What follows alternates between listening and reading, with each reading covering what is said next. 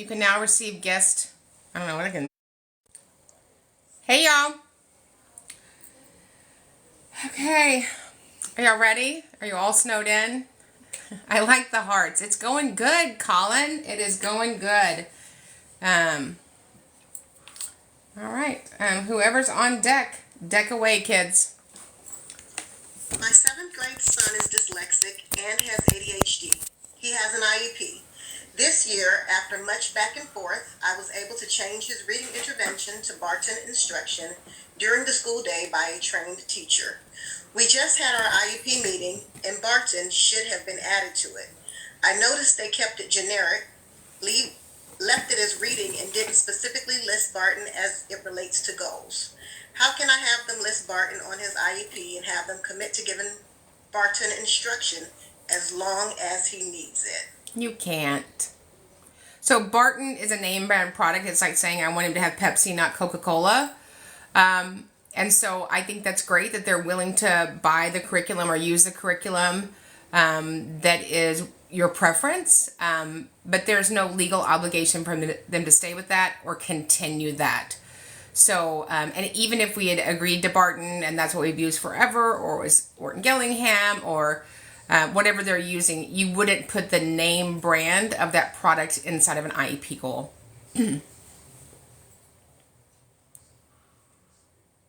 I have a little one who is turning 5 this March. He is developmentally around 18 to 24 months. I am wanting him to attend an additional year of preschool so that when he goes to kindergarten, he isn't so far behind. He currently has an amazing preschool teacher, and he is making great progress, but still won't be ready to move on. I know that there are rules about kiddos turning 6 in preschool, but how and what can I do to get him that additional year? So, I mean, this is a really important decision, right? So there are a lot of kids that aren't ready for kindergarten, but, and I know it's way far out, if he's going to need those years, what we call on the back end, if he's going to need support from 18 to 20 to 19 to 20 to 21, then when you take advantage of more years at pre-K, and there's a kind of a way to do it, he would miss out on those years. So I would never recommend that a student continues pre-K because some is caught and some is taught, and they're going to pick up more information from more expectation. I would use this time to set up the really appropriate IEP that he needs to be successful in kindergarten. Is special ed federal funding earmarked only for special education students and programs, or does it go into a general district pool for things like, sports teams and stadiums? One would think so, right? So Part A, B, C, and D of IDEA teases out the provisions, that funding and those services. So it starts with general under Part A and then D to personnel development. But I don't see it going into a general fund, although it looks like those general fund got plenty of money for those football stadiums. I have a student with autism. He began 3rd grade on level. However, he is now throwing himself on the floor, breaking items, screaming, banging his head, throwing items in the classroom. The frequency is 4 times a day, lasting about 30 minutes, and the teacher has now informed me he is impeding the learning for himself and the class. I'm at a loss as what to do now for him. Any guidance would be greatly appreciated. Based on data, he is not completing assignments due to his level of frustration. He already has reduced length of assignments. He receives ICS. The teacher allows him breaks. What am I missing? What can I do to help him? Right, so probably, the component we may not have correct is the ICS. So ICS is in-class support. That can be anything from a level 1 to a level 3 aid, a paraprofessional saying, hey, Johnny, get out your pencil. Make sure you pay attention when Miss Danette's teaching, any of those things. So all the way up to in-class support could be a person assigned to that student to help them be successful. So what we're missing here is teaching him a skill.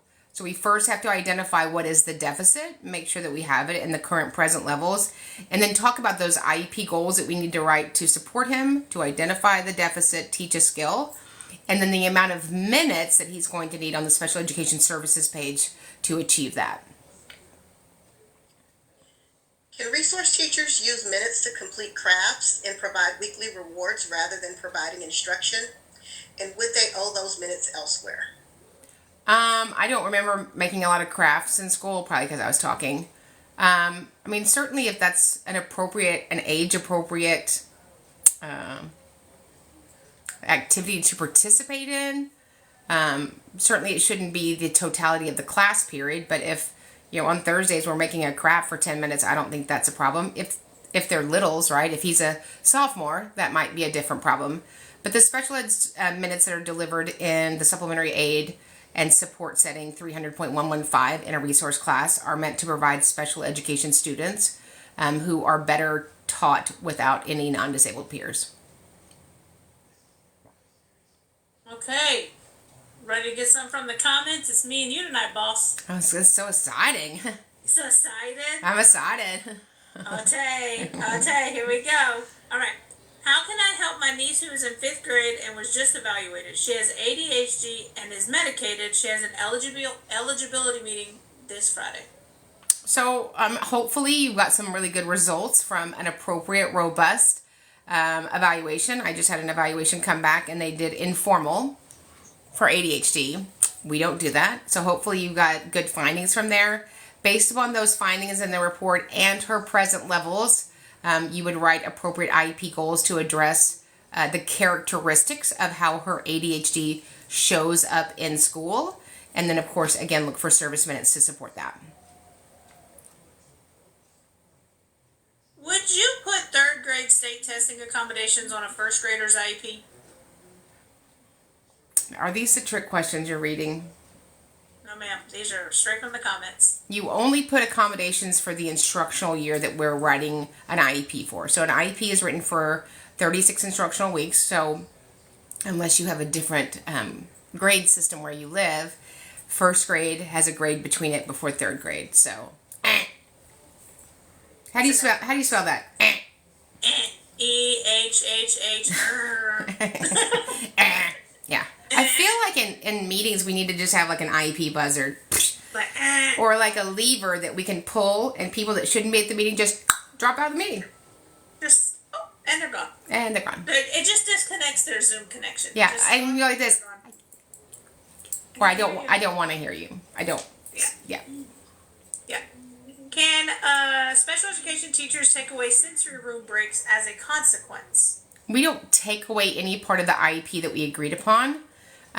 We don't punish children with disabilities by taking away part of their IEP. So our job in special ed is one thing, to teach a child strategies to self-manage their disability. We're not looking for punishments. And then I would say, can we take away your screen time? No, I'm just kidding. We'll just delete that. Yeah. I'll edit that out. Edit that out. Okay, IEE was done by quote-unquote unqualified examiner according to the county. Is contesting ever successful? Yes. So I had an evaluation the other day, and I let her read the whole thing. HHO, the whole thing. And I said, so did you do this evaluation? She said, yes. I said, so you did the functional behavior assessment? Yes. And I said, you're a diagnostician in Texas? Yes. That is outside of your scope. So we would like somebody in the district that it's within their scope to do it. So of course I contest things. And I want, and as much as possible, we just had a training on this for our partners today, for it to be a school-based member. If we can find somebody that we agree upon in the district, at the district level, to redo it, then I'm fine with that. It works better when I'm not on mute. I like your little, I feel like you're landing a plane tonight. Well, I have kids, so I'm trying to minimize the background noise. Okay, how can the school stop services a para to collect data? How he does what, I'm sorry, let me try. How can a school stop services from a para to collect data? How does he do it without amending an IEP? Well, the school doesn't get to stop services. There's no such thing as stopping services. You deliver the IEP in the conformity that it was written, unless we have another IEP to look at changes based upon different and or new needs. Oh, this one's a good one. Robert. Well, Sunshine Sarah, I just want to say, Sunshine Sarah, you're not wrong. What a great name. Okay. I know. Sunshine Sarah, I like it. What if you are an aide for the school where you know a child's IEP isn't being followed? What could it got cut off, I'm assuming. What could he do? Nothing if you don't want to jeopardize your job. I work with a ton of educators and train a ton of educators and love educators. I've never found one single one of them ever as Alicia had to remind me, in 28 years, that there wasn't blowback, pushback, or consequence for saying that. Can a teaching assistant provide special education instruction, and does it count towards a student's minutes? Solely a special educator can provide special education minutes. That's it. Say it with me. Solely. SOLELY. So if you meet the requirements under 34 CFR 300.156, those are the requirements for a special educator. So if you're an instructional provider, a related service provider, or a special educator, you have the ability to possibly be delivering those minutes. Anybody else that is a staff member at the school that doesn't hold the certification of special educator, it does not count. Special ed teacher here, Brockton, Massachusetts. 6th grade student with solidly average cognitive psych scores, 70s math and 40s ELA, can't write his name. Reading goal objective since kindergarten has been to identify all pre-primer and primer Dolch sight words. He has the same objective now in 6th grade and has not met it. Currently in a general education classroom, and the higher-ups say he is not a placement kid. All data shows his academic skills are that of a kindergarten student. His mom knows something is very wrong, but only speaks Spanish and is doing her best to advocate for him. The student does not speak Spanish and was born in America. I'm pushing back hard for him and getting nowhere. I don't know what to do next. This is one of many students I have in a gen ed classroom functioning at a K to 1st grade level being pushed along. My students' parents can't afford advocates. I don't know how to continue fighting without putting myself at risk. And I don't know how you would do that either. It's egregious that this happens every day in America. I mean, I don't have any words for it. It's criminal. It's the most abusive thing you can do to a child in school is to not give them their appropriate education. But there's no point in being in a class that you are years and years and years away from.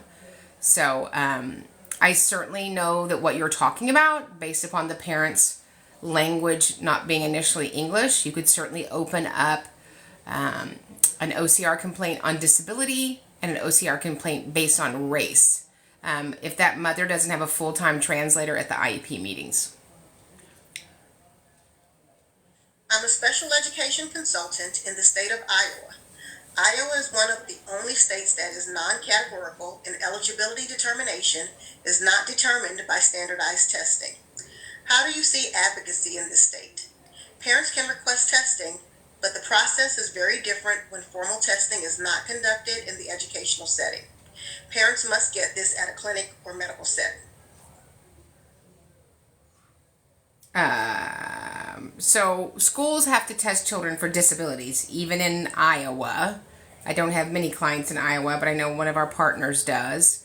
So you can't make parents go outside to get testing. That's the school's obligation. Child find includes Iowa.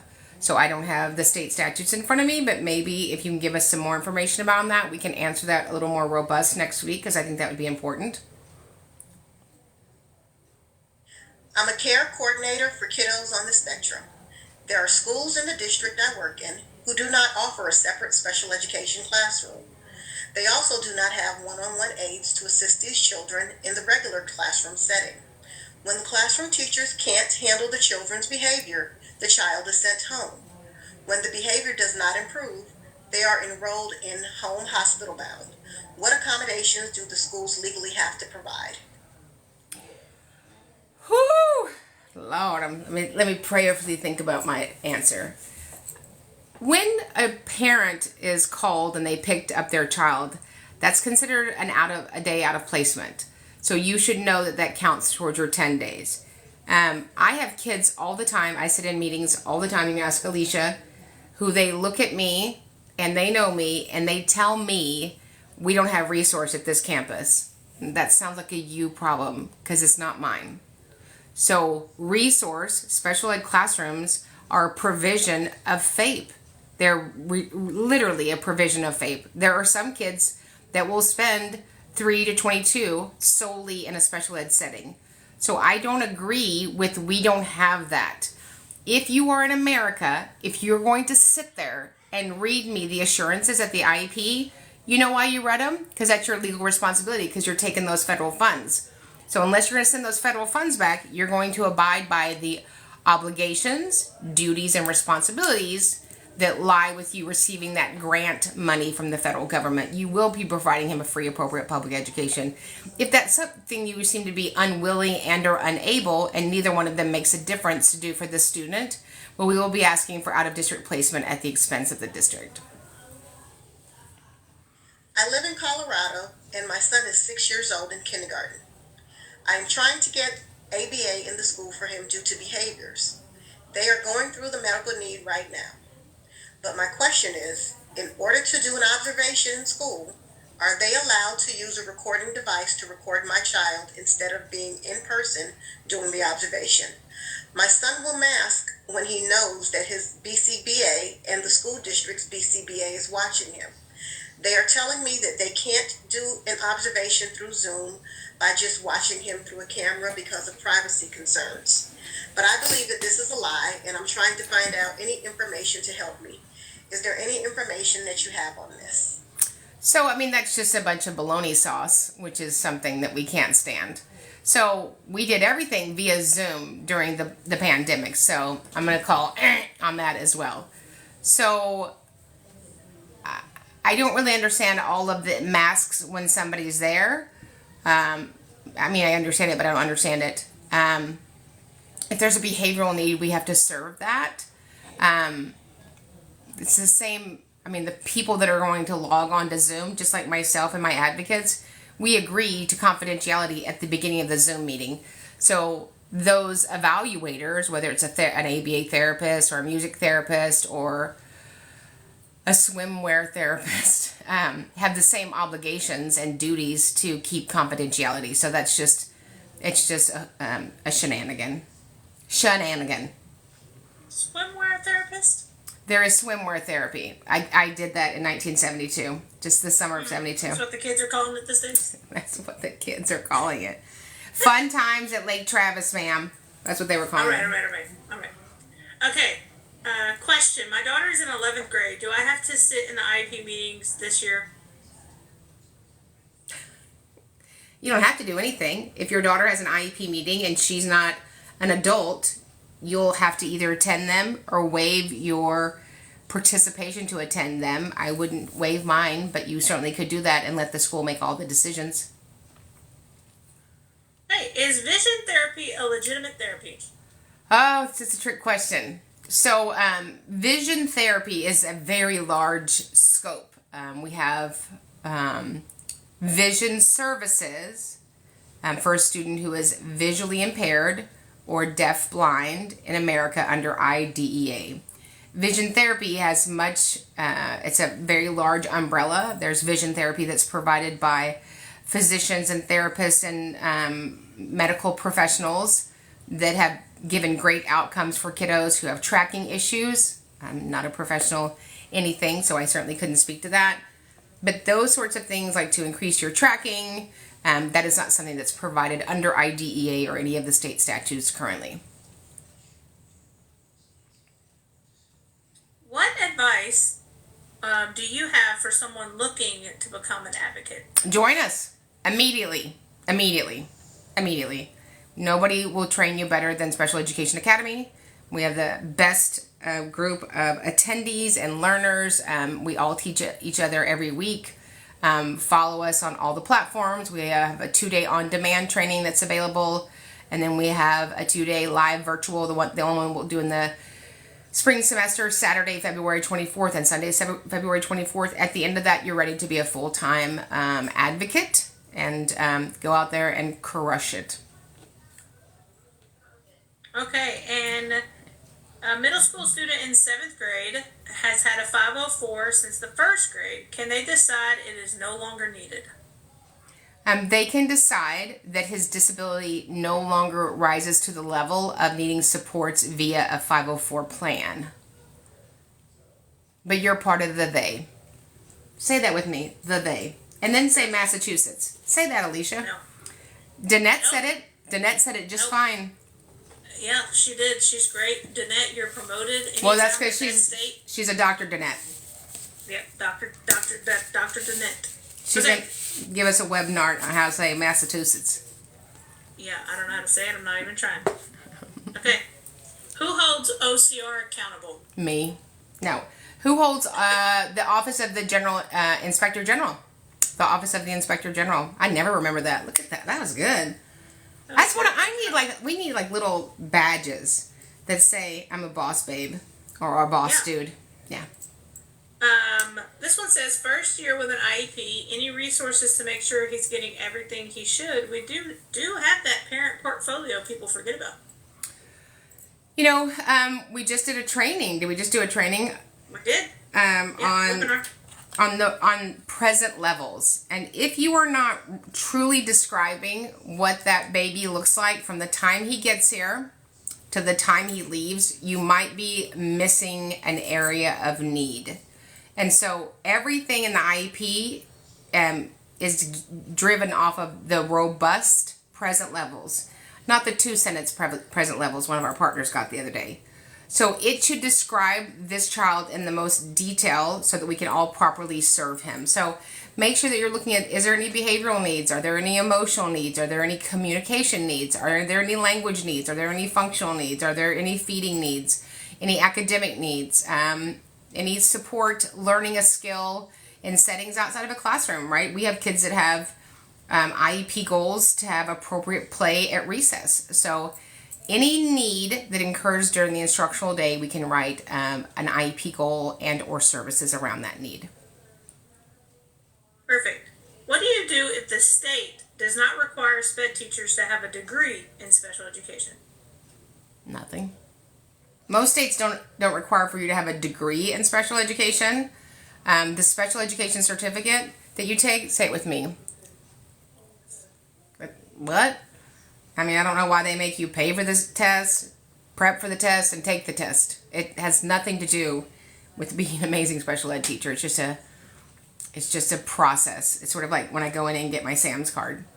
Did I say that? Yeah. Did I mean it? I did. I have a question about data collection. Yep. I'm a general education teacher in a co-teaching classroom where I have the support facilitator in my room for the entire block of language arts and math. Both of us are listed on the IEP for data collection.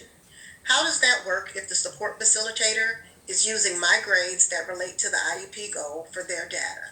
Should we both be taking our own separate data? And if so, should hers be coming from when she's actually working with the student? It's a really, really, really, really, really good question. Thank you for serving kiddos. So the implementer on the IEP goal is responsible for one or more things. At minimum, to implement the goal. Everybody that's an implementer has to got to work on the goal. At minimum, one person has to collect data on it. If the special ed student is in your general ed class, the general ed teacher is the teacher of record.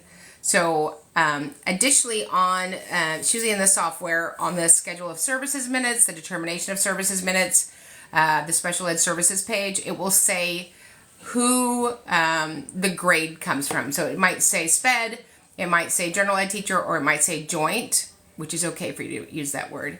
So determine in the meeting who will be providing the grade. The success on those IEP goals. A grade should never be part of an IEP goal, ever, ever, ever, ever, ever. An IEP goal is an identified need that a student with disabilities has, and that we're going to teach them a skill to self-manage it. A grade is not a measurement of that. I've been told by many of our gen ed and special ed teachers that there is no way to specialize the curriculum because it's scripted and each lesson builds upon the next. They are saying the HMH curriculum is too high for most kids, but they were told that they must deliver the curriculum in a way that it was designed with integrity and fidelity. However, when a student has an IEP, there needs to be a way to specially design the curriculum so the special education students are able to access the curriculum, participate, and make progress. Can you please help me to figure out how to help the teachers know they still need to provide specialized instruction when the curriculum is being delivered, and that the curriculum cannot be taught the same exact way to all students? So, correct.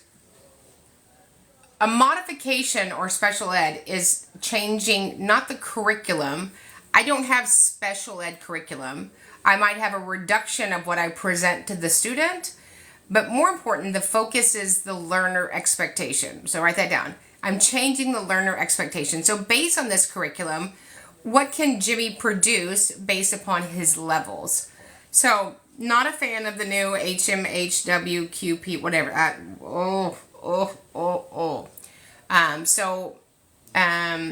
I give it 2 thumbs down. If I had another thumb, I would put that one down too. But we're providing the curriculum. Right? And then based upon their IEP, we are modifying their assessments, their assignments, their homework, their test, which might be by percentages. It could be by removing a distractor. It could be by removing one of the answer choices. It could be by answering verbally. But we're changing what we expect the learner to produce, right? So in class, 2 things happen. Instruction and production, we're adjusting the production of the student.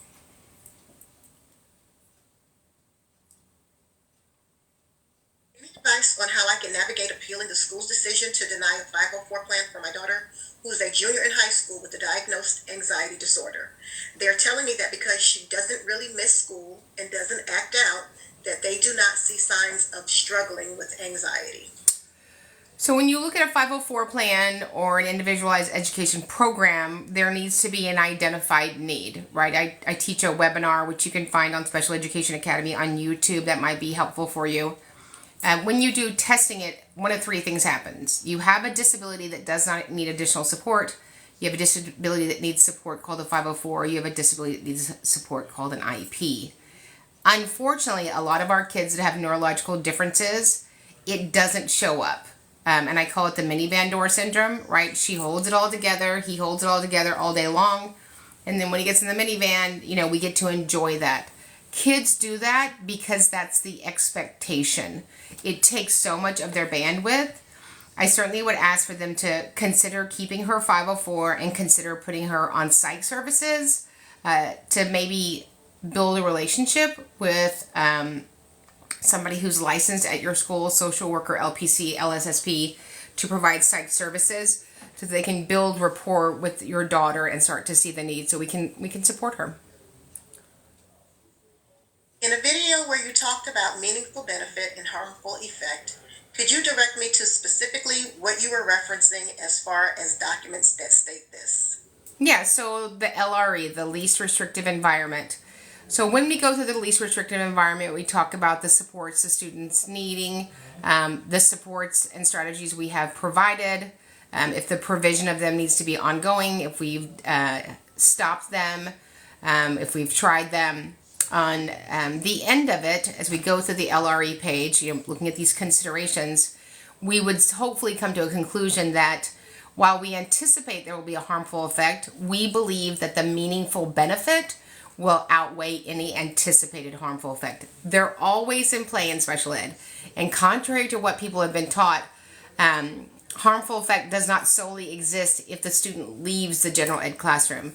If you are a student that receives special ed services inside of a general ed classroom, other people know. And so we need to talk about and consider those potential harmful effects. So if you're a student that receives ICS in-class support and Ms. Danette comes over to help you, other people can see that you are different. Your disability is not hidden. And so we're always having that conversation and addressing that sentence at the end of the least restrictive environment section in your IEP document. With our girls having ADHD and autism, I believe that smartwatches would be beneficial for their executive functioning issues. Would this be covered under the ATA? And do I need to have a formal evaluation done for it? I'm not really sure what the ATA is. That what you said? Assistive Yes, I'm assuming, yeah, assistive technology. Oh, so the Assistive Technology Act of 1998. That was good. ATA. I was like, I feel like this is like the rifleman's. Anyway, that's a congressional act for individuals in America that they cannot be denied assistive technology for them to go to school, go to work, any of those things. I really caution people on devices and watches. It's hard to often find the benefit. I love my cell phone and I use it for lots of things, but it can be a great distractor. There's much debate over if that is helpful. But again, that's another skill that you would have to teach a student.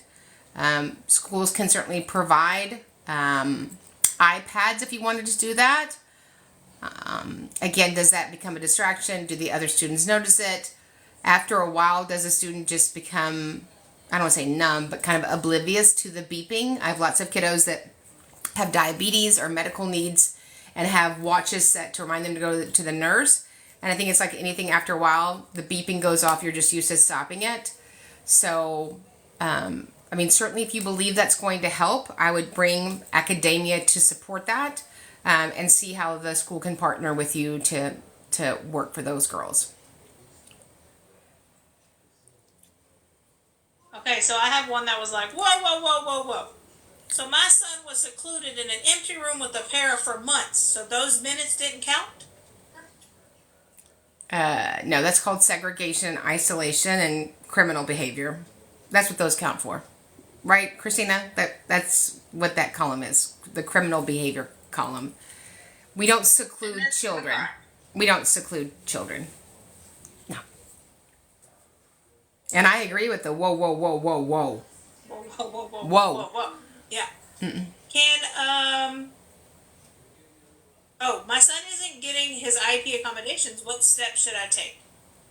I first want to go to the committee members and say, it appears that the totality of his IEP or the totality of his 504 is not being implemented. Is there something the school could do to adjust that and or address that? If there's not, then I'm going to file an OCR complaint for denial of a free appropriate public education by failure to implement his civil rights of his accommodations. Correct. Okay. Thoughts on... Oh, no, we did that one. What can you do if you find out the special education preschool teacher was not special education certified? Well, then your child wasn't in special education and they were denied a free appropriate public education. That is a state complaint all day long. So you would file and include two things. I feel like this is deja vu. I trained my partners on this today, retrained them.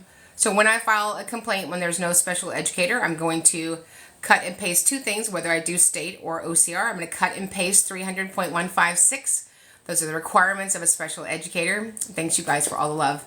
And then number two, I'm going to include the link for the OSEP letter, Office of Special Education Programs, October 4th, 2022, that talks about the federal government is hearing that there aren't special educators in classrooms and there have to be. Yeah, well, who's surprised? Okay. Is there somewhere to look up whether a teacher is special education certified?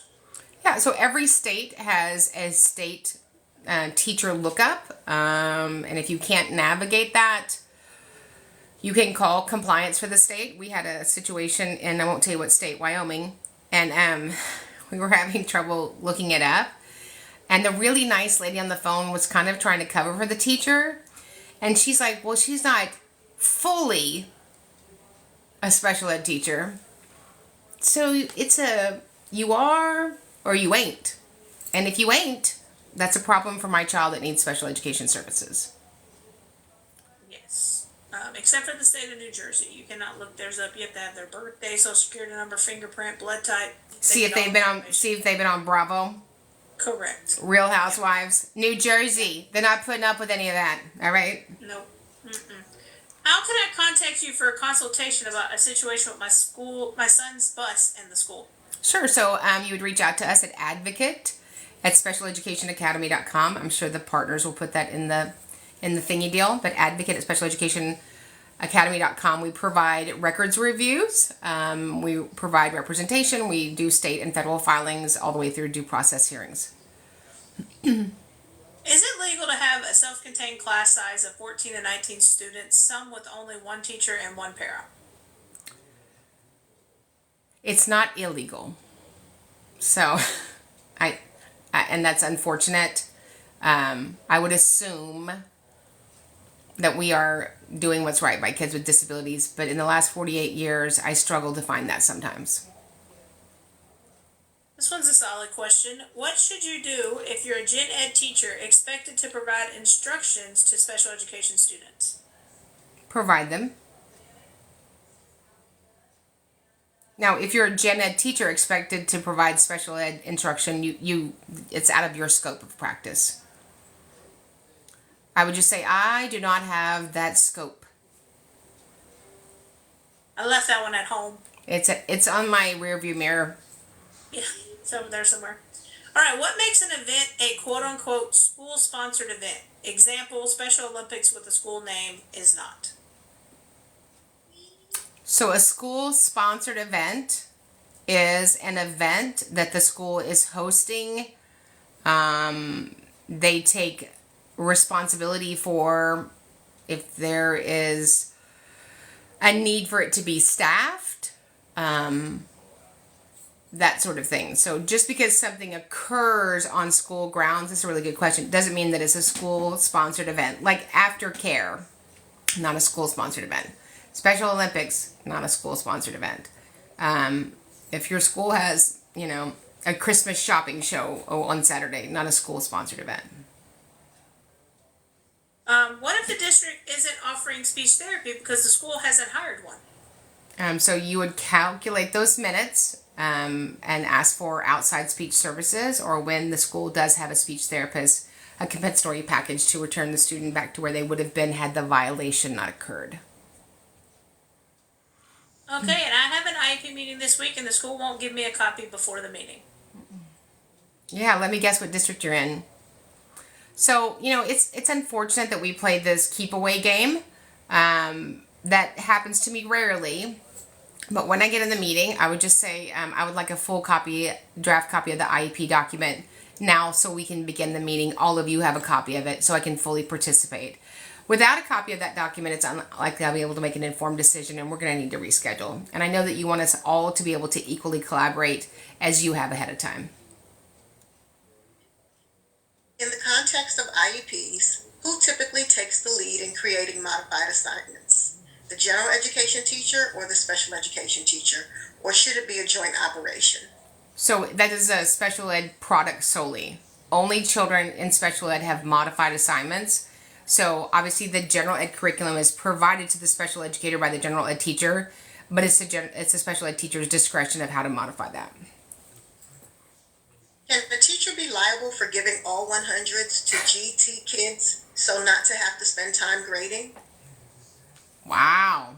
That sounds like it's a little close to home. Lots of things that are allowed. There's just so many things that are not governed. That seems a little discriminatory too. I don't think everybody gets 100, so that would be problematic for me. My coworkers and I love you. We were trying to figure out if there is a cap on the amount of special ed students coming in per year. We teach early childhood special education, and we are constantly getting kids in, and we were trying to figure out at what number do we stop taking them in. What is the ratio for us? There is one teacher and one para in a room. Yeah, well, you don't stop taking them, right? And thank you. I love you too. In Texas, we got popped in 2016 by the federal government for actually having a cap on special ed students. It's unfortunate that we don't properly staff special ed classrooms. We did in the 70s and we don't now. We certainly staff other rooms. So if they wanted to staff your room, they would in your school district. That's just the short version. But it doesn't seem to be a priority just yet for kids with disabilities. A recently diagnosed student with Hashimoto's disease. It's affecting his learning abilities, and he's missing a lot of school. Will asking the school for an evaluation for a 504 be appropriate? The parents have notified the school, and they will reach out in the next week. The child is in ninth grade. So I would never ask for a 504 evaluation. Never, never, never, never, never, never, never, never. Why? Because a full evaluation does one of two things. It identifies or eliminates. There is very little guidance at all around a 504 evaluation. And I don't want to miss something if the student does in fact need especially design instruction. Do you have any resources for adult learners? I know K through 12 was your area and you were fabulous, but I'm an adult educator and helping my students transition with learning related issues is really hard. Yeah, so I mean, thank you for that. I mean, I certainly am going to look to IDD for my state. If it's in fact an intellectual disability, I'm going to go through the State Workforce Commission. I'm going to go through the Office of Rehabilitation Services to see if there's access through agencies that they can have. There are many junior and full four-year colleges now that have programs for kids that have a reading level as low as third grade. So I would look into all of those areas. My son is 14 and a freshman with an IEP. I'm having trouble getting him to go to school. We've had several ARD meetings and they have made efforts to get him to go back to school. At this point, the school says there is no other referrals they can give me for an alternative school. They also stated that they can't take him to truancy court either because he is not 16. Is that true? I'm just thinking that there has to be some sort of referral that they can give to an alternative school. So you can be enrolled in an alternative school. They can't make your child come out of the house. So we can't put our hands on kids, nor should we. There are some kids that just get to the point where they're not going to school. And a referral to another school doesn't change that. So I certainly don't want my kid to be at an alternative school if that's not appropriate for them either. And it's very rare that you would have a kid that lives somewhere. So, I mean, that's a tough place that you're in. I'm so sorry. My child has hearing loss and wears 2 hearing aids. I really want her to learn ASL. Is this something I can request to be included in her IEP? I've asked before and the school has told me they don't have anyone that speaks ASL and just brushes my comments to the side. Where do I start? And so you would start with getting representation. I have that a lot. So the student who has a hearing impairment, who is deaf and hard of hearing under IDEA, at minimum meets the criteria for deaf and hard of hearing itinerant services, and based on the severity of the hearing loss, might be a candidate for an interpreter. I've never had a kiddo that needed an interpreter that didn't get one, but I can promise you kids with sensory disabilities, vision impairment, deaf and hard of hearing, deaf blind, are the most discriminated. Do you happen to have or know of any special education law or topic case studies that teachers can use in collaboration to help teach and understand the law? My staff and I have searched the web and cannot find what we're looking for. We would like to discuss at staff meetings to help our gen ed staff understand why special ed staff push things so hard, implementing accommodations, providing services, getting input from the team, etc. We have a huge lack of understanding for the purpose of special education, so we are hoping with more conversations that we can help move our teams in the right direction. Yeah, I mean, you're not going to go wrong with the IRIS Center, IRIS Center out of Vanderbilt. They've got great modules that are for teachers and educators. So I would bring that in. I would access those. I'm a parent of a 1-year-old with Down syndrome. She won't be in school for a few years, but should I start learning now or wait till she's a little older? Now.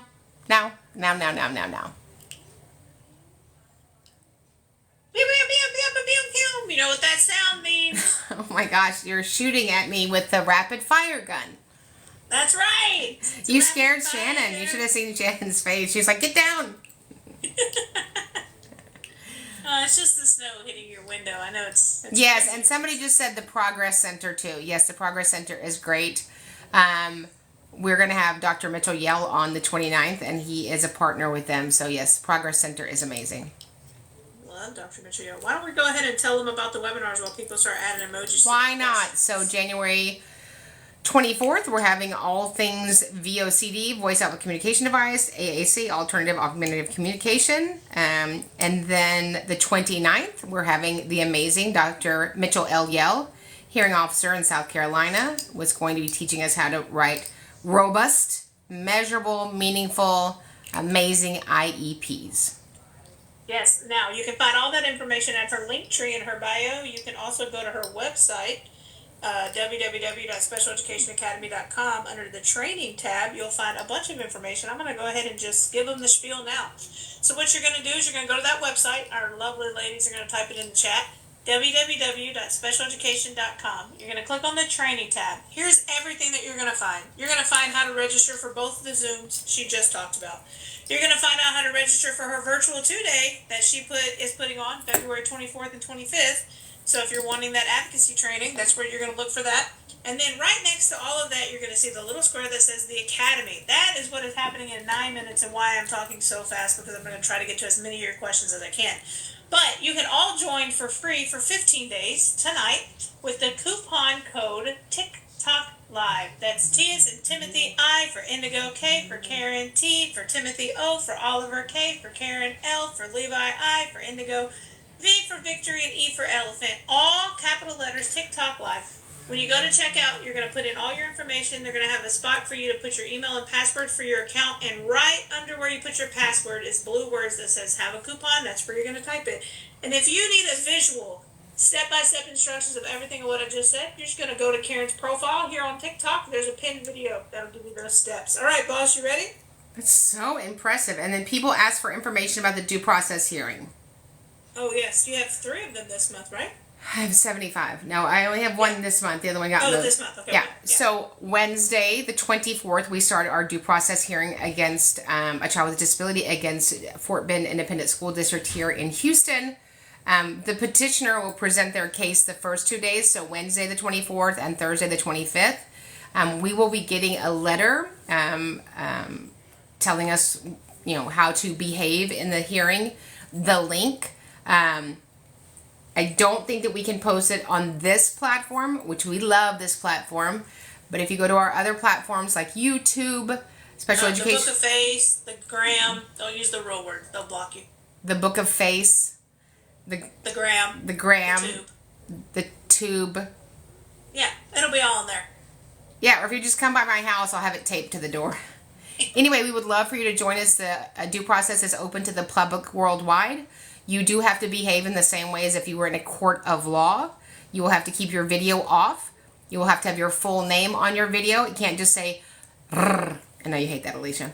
And you have to have your sound off. So if you're cutting up celery in the kitchen while you're listening, please turn your sound off.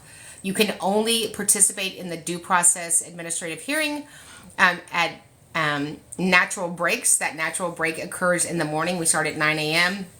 and then whenever the other breaks are for lunch. So it's really a great way for you guys to see what happens in a due process hearing and what the requirements are to win a case in special education against a public school. If you want more information about that, please just email us at advocate@specialeducationacademy.com and our team will get you the requirements from the hearing officer to participate. And by team, she means me. All right, let's get these questions ready. My district can't find an out-of-district placement going on a year. What should be provided? Special education and related services and a free appropriate public education. So I had a kiddo, we talked about this last time, there was no location. The student was then taught at the admin building by rotating sets of educators. Perfect. School won't provide an aid for a field trip and are requiring me to go if my son wants to go. Legal? No. Nope. No. Not even a little bit. Not even a... Is there a little bit legal? What is that? No. Is that in Texas? It's like a misdemeanor. Like a slap on the hand? If you know things are supposed to happen and they're not happening, what should you do? You should train to be an advocate. Oh, wait. Was that the question? I mean, I would do if I worked at any place. I work here. I'm in charge of me. Not really. But I would talk to leadership if I was somewhere, whether it was someplace I volunteered, whether it was a YMCA or church or, In the PTA, I would go to leadership, and I'm going to assume the reason there's a problem is because leadership doesn't know about it. Number two, I'm going to assume that once you know about it, that you will quickly rectify it. If you don't, then I'm out of here. And I'm going to train to be a special education advocate and serve the 7.5 children in America that have disabilities. Some people are asking if the webinars are going to be on TikTok. They're not. They're going to be on Zoom. You can find those links at the website. Same thing as the due process. It will be over Zoom. You can find the links on all those platforms we're not allowed to talk about. Mm-hmm. Okay, how do buses work with IEPs? Are there accommodations that are required to meet? No. Transportation, special education transportation is a related service. If there's some specificity about what needs to occur on the bus, whether it's a medical kit or something like that, or a specific 5-part harness, then we put that inside of the transportation supplement. Okay. District change. Oh, wait. Maybe that's not the. Okay, I'm going to try. Being discussed without me, and I found out from an aide who is not part of his team. What can I do? I would email the school and say, it sounds like there's new needs my child has. Let's go ahead and have a legal IEP meeting. Amen to that. Thank you, Hannah. Yeah. Say, we out of here. Yeah. And then just hit the exit door really hard and make the buzz. I'm just kidding. You know. Yeah, I know what you're talking about. Okay. They asked us to change from an IEP to a 504. That means revoking rights. They didn't. They said they didn't. Super. Then we're still in an IEP. Sounds good to me. Sounds good. Somebody said thanks for all your help. You're amazing. Thank you. I caught up on. Oh, here's one. Nope. See that one. Yes, the resource teacher is the teacher of record because they're the only teacher in there. Correct. Okay. I was told no to take my life skills class on a field trip, but all the other groups can go on a field trip. Sad face. That is terrible. It's illegal. If the grade level is going to the Texas, Science Museum, then last time I checked, the life skills kids are part of grade level. So, you know what I'd say? Make it make sense. And then I would take my cellular phone and go live. You know what this mama did? If you want to say that story real fast, here we go. You ready? My kid is in a self-contained class, right? Non-speaking, autistic. They sent home this calendar, and they're right there on the calendar said second grade field trip. Yeah. My kid never got a permission slip, so what did I do? I called the school. Hey, I'm just looking for my kid's permission slip to go on the second grade field trip. Just let me know when I can sign that, and I'll get it paid for, whatever you need to do. Yeah. Guess who went on the field trip? Your kid. Mm-hmm. Guess who played in the dirt the whole time? Also my kid. Lived his best life. Yeah. On the farm. Yeah, on the farm. Yeah. All right, last one for the night. You ready? I'm ready. How do you handle principal's code of conduct and hostile to the IEP team to hurry up because the teacher has to go to sports? So I would say congratulations on your sports team success. I'm not going to be able to continue the meeting because it seems like some of the school-based members are upset about something that I can't rectify. So let's get out our calendars and look at a date that we can all come back and have a successful meeting for this child that has a disability. Muffin. The muffin is like part of the word lasagna. It's silent. But so if a meeting is hostile for whatever reason, you never really know the reason people are being hostile, but I'll just say we are going to be unable to participate in this meeting because of certain people's feelings. So we would like to table this meeting and have another meeting. When we reconvene, please have leadership from the district level come so we can be more successful. And then, okay, and I do know we had some pre-submitted questions that we weren't able to get to tonight. We will get to them next week. And then we got to go, boss. You got a whole class to teach. Okay, remember, we get it right for the child, we get it right for everybody. Thanks, you guys, for your support. We'll see you guys in the next training.